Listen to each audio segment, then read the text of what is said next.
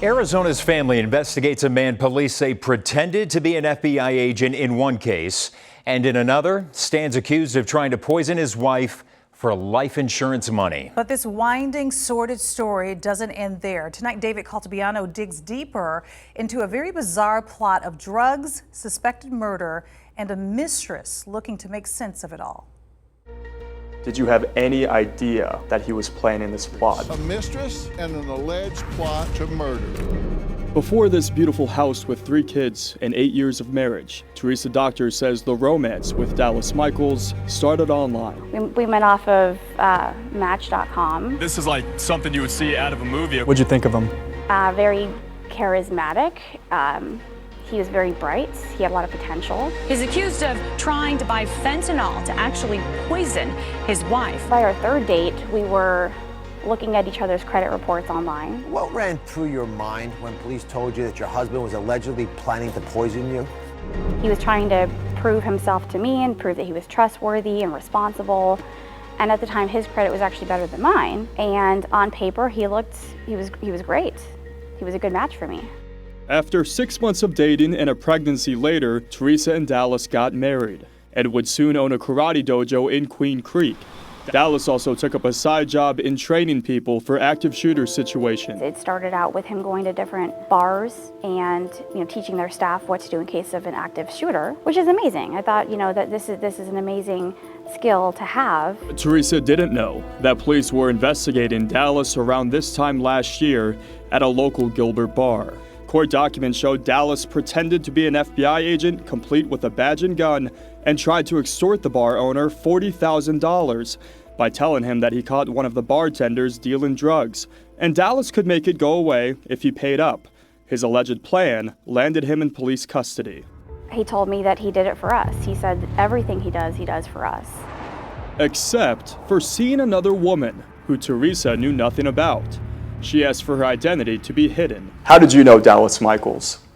I had met him on a social media platform, would be Facebook. It initially started out as a long-distance relationship. He told you that he was an FBI agent? He is a former FBI agent, yeah. Any military lingo that I had, he knew it. She knew about the alleged extortion, too. When he first got arrested for extorting the bar owner, I think it was, he had told me that he had been former CIA. And that he can't say anything. He couldn't tell me any questions, or he couldn't answer any questions that I had because it was strictly confidential. So she stayed with him, and at one point the mistress went to their home during the week of Easter when Teresa was away. Met the kids, even Dallas's mom who lives there. She says there wasn't a trace of a wife. I thought that he was, legit. I mean, if his family and his friends are, going along with it and no red flags. Their long-distance romance turned into an engagement. He had took me to a jewelry shop and had told me to pick out any ring that I liked. I just told him that I would like whatever he picked for me. You were ready to spend the rest of your life with this man? Yeah, I thought that I had known him well enough. But the other woman says she eventually broke it off after Dallas got angry, when she refused to have sex with him because she was too tired from work. Meanwhile, Teresa and Dallas fell into financial hardship in part with the pandemic robbing profit from their dojo. To make matters worse, the husband got a phone call on one June morning from police. The same day, the family was supposed to leave for California. Just got off the phone with a detective who said that there was a potential break-in at the dojo. I thought, well, that's weird. Why would somebody break into a dojo? There's nothing there. Then the next thing I know, I hear this really loud knock at the door. Right there at my door, there were 6 detectives standing outside with solemn looks on their faces, and they just asked if they could speak to me privately outside. Teresa soon found out that there was no break-in. It was a ruse set up by police to arrest Dallas away from the children for a much more heinous accusation. The plot was to murder me on a family trip to California. He was going to poison me with fentanyl, and from what I can gather, his plan was to take us all on a boat ride and then throw me overboard after he poisoned me. And he was going to poison my drink and then make it look like an accidental drowning so that my kids could watch me die. What were you feeling? Betrayed, rejected, hurt, sick, According to court documents, police were tipped off by a female acquaintance of Dallas's. That acquaintance told police that Dallas told her that he wanted to buy fentanyl, poison his wife to make it look like an accident, and cash out on a $500,000 life insurance policy to run off with his mistress. Did you have any idea that he was planning this plot? Absolutely not. The girlfriend says that Dallas told her that his ex-wife had a drug problem.